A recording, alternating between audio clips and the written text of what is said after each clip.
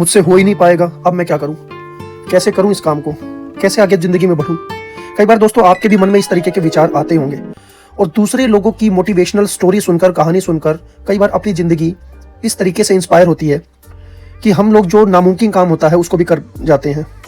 तो दोस्तों आज मैं आपको एक ऐसे इंसान की कहानी बताने वाला हूं जिसकी जिंदगी आप लोगों के लिए किसी मोटिवेशन से कम नहीं है। एक ऐसे लड़के के बारे में जिसका सफर गरीबी के सबसे निचले स्तर से शुरू हुआ और वो लड़का आज अपनी मेहनत के बलबूते लंदन में है। 1991 में जन्मा यह लड़का गरीबी के थपेड़ों की मार बहुत लंबे समय तक झेलता रहा।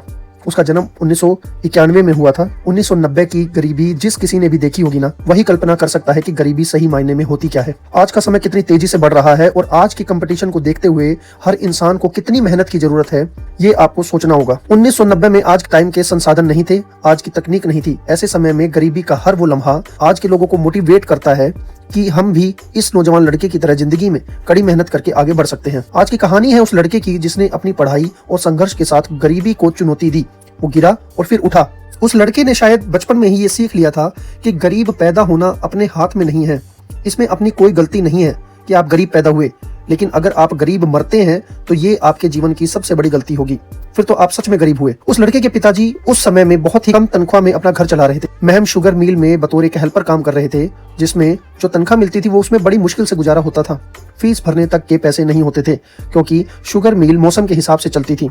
जब गन्ना आता था तो 2-3 महीने के लिए ही मिल चलती थी, नहीं तो पूरा साल मिल बंद रहती थी। जैसे तैसे करके उसके पिताजी अपने बच्चों को स्कूल में पढ़ाते थे और बड़ी मुश्किल से फीस भर पाते थे। ऐसे समय में स्कूल में भर्ती करवाकर किसी से उधार मांगकर स्कूल की फीस देते रहे, जो कि उस समय के हिसाब से लगभग 50 रुपए होती थी, लेकिन वो भी उस समय के हिसाब से बहुत ज्यादा होती थी। समय बीतता गया और फिर उस लड़के ने 8वीं कक्षा में अपने स्कूल में अव्वल स्थान प्राप्त किया, अपने इलाके में अव्वल स्थान प्राप्त किया। अब इस लड़के की कहानी यहाँ से शुरू होती है, क्योंकि जो इस लड़के की पढ़ाई है आपको जानकर हैरानी होगी। इस लड़के ने अपनी मेहनत के दम पर 8वीं कक्षा से लेकर MBA की डिग्री तक का सफर फ्री में किया।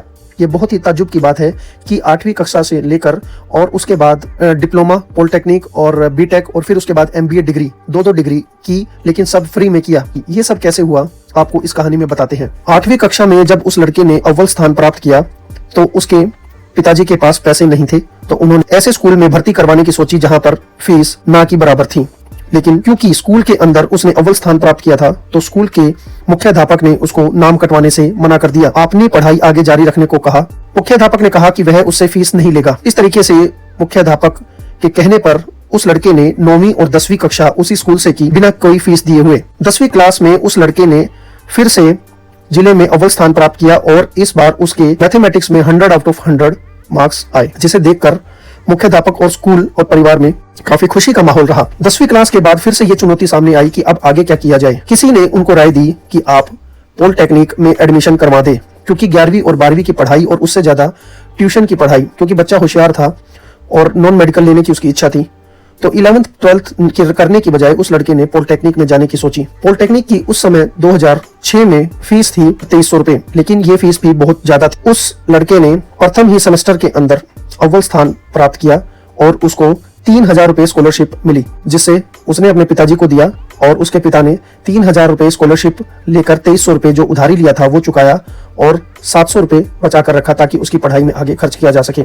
इस तरीके से उस लड़के ने 6 सेमेस्टर में मेरिट में स्थान प्राप्त करके बार बार 3000 रुपए स्कॉलरशिप सरकारी कॉलेज से लेता रहा और अपना 3 साल का पॉलिटेक्निक का जो सफर है वो एक तरीके से फ्री में किया। इसके बाद चुनौती थी कि आगे किस तरीके से पढ़ा जाए। ये बहुत ही मुश्किल सफर था उसके लिए। पॉलिटेक्निक से निकलते ही तो उसके जो साथी थे बीटेक डिग्री को महत्व देते थे। उनका कहना था कि बीटेक डिग्री करना जरूरी होता है, लेकिन इतने पैसे नहीं थे कि वो बीटेक डिग्री कर पाता। घर वालों को काफी समझाने मनाने की कोशिश की, लेकिन पैसे के अभाव में उसके घर वाले नहीं माने और उसको नौकरी करने की राय दी। तो कहते हैं कि किस्मत जहां लेकर जाती है वो हमें भी नहीं पता होता। उस लड़के को शायद यही लगा कि अब वो आगे नहीं पढ़ पाएगा, इसलिए उस नौकरी की तलाश की और उसको नौकरी मिली पानीपत के नौलथा गांव में स्थित गीता इंजीनियरिंग कॉलेज में बतौर एक लैब अटेंडेंट। मात्र 5000 रुपए में। 5000 रुपए उस वक्त उसकी तनख्वाह थी, जो उसके लिए बहुत ज्यादा थी। 1 महीना बीतने के बाद वहां के जो वाइस चेयरमैन है उन्होंने उसको किसी काम के लिए बुलाया, जिससे उसकी पहली मुलाकात हुई थी। उन्होंने उसके मैथमेटिक्स और 10वीं के नंबर देखते हुए पूछा और पॉलिटेक्निक के नंबर देखते हुए पूछा कि तुम्हारे 6 मार्क्स होते हुए भी तुम आगे क्यों नहीं पढ़ रहे। तब उस लड़के ने बताया कि बीटेक की इतनी फीस भरने के लिए उसके पास पैसे नहीं है। गीता इंजीनियरिंग कॉलेज के वाइस चेयरमैन ने उसको अपने कॉलेज में फ्री में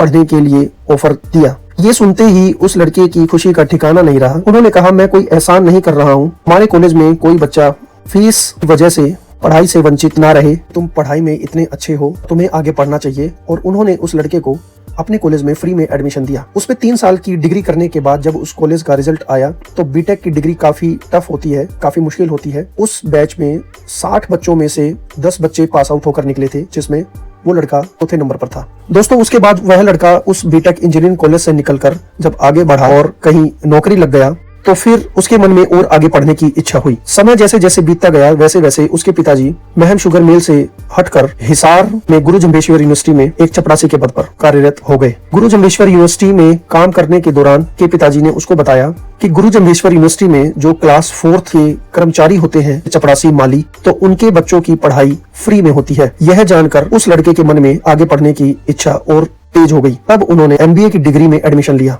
और 2 साल की डिग्री वहां से की। तो इस तरीके से 8वीं कक्षा से लेकर एमबीए की जो डिग्री है वहां तक का सफर इस लड़के का बिना फीस के हुआ। कभी उस लड़के ने सोचा नहीं था कि वह 8वीं और 10वीं कक्षा के बाद पढ़ पाएगा। तो दोस्तों, ये कहानी मेरी ही है। मेरा नाम है राहुल और 8वीं कक्षा से लेकर के एमबीए की डिग्री का जो सफर रहा है वो मैंने इसी तरीके से मैनेज करके और बिना फीस के किया है। 8वीं मैंने national high school Premnagar Rohtak से की थी और वहाँ पे अच्छे मार्क्स आने के बाद प्रिंसिपल ने 9th और 10th क्लास की जो फीस है मेरी वो माफ़ कर दी थी दहिया सर ने। उसके बाद मैं पॉलिटेक्निक में एडमिशन लिया तो पॉलिटेक्निक में 2300 रुपये जो मेरी पहली फीस थी वो हर सेमेस्टर में 3000 रुपये स्कॉलरशिप आने के बाद वो भी वहाँ पर एडजस्ट हो गई थी। उसके बाद जब मैं लैब अटेंडेंट के तौर पे गीता इंजीनियरिंग कॉलेज में काम किया तो सर ने पूछा कि आप आगे क्यों नहीं पढ़ना चाहते, you have very good marks. तो मैंने बताया कि मेरे पास पैसे नहीं है। तो उन्होंने मुझे आज तक नहीं समझ में आया कि मेरे से फर्स्ट टाइम उनकी मुलाकात हुई थी, मुझे ऐसा लगा साक्षात मेरे सामने श्री कृष्ण भगवान खड़े हैं।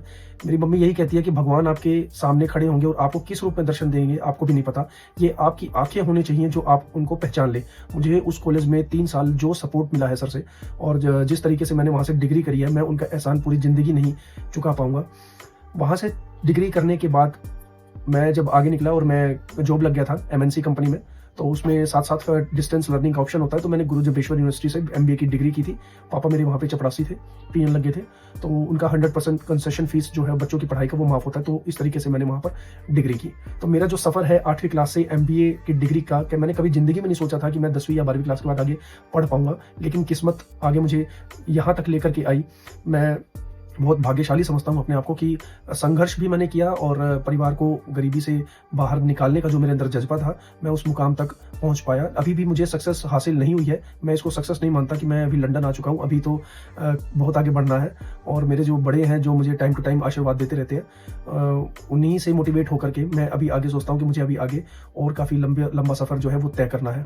तो दोस्तों, आपको ये वीडियो कैसी लगी, और अगर अच्छी लगी है तो इस वीडियो को ज़्यादा से ज़्यादा शेयर कर देना, चैनल को सब्सक्राइब कर लेना। और अगर आपके कोई सवाल है या फिर आप किसी तरीके की भी राय ज़िंदगी में आगे बढ़ने के लिए मुझसे लेना चाहते हैं तो कमेंट बॉक्स में जरूर लिखें, या फिर मेल आईडी दिया गया है उस पर भी आप मेल कर सकते हैं। मैं आपको पूरे तरीके से जवाब दूंगा और आगे की जो भी गाइडेंस होगी वो मैं आपको जरूर बताऊंगा। तो ज़्यादा से ज़्यादा इस वीडियो को लाइक करें, शेयर करें और सब्सक्राइब करें।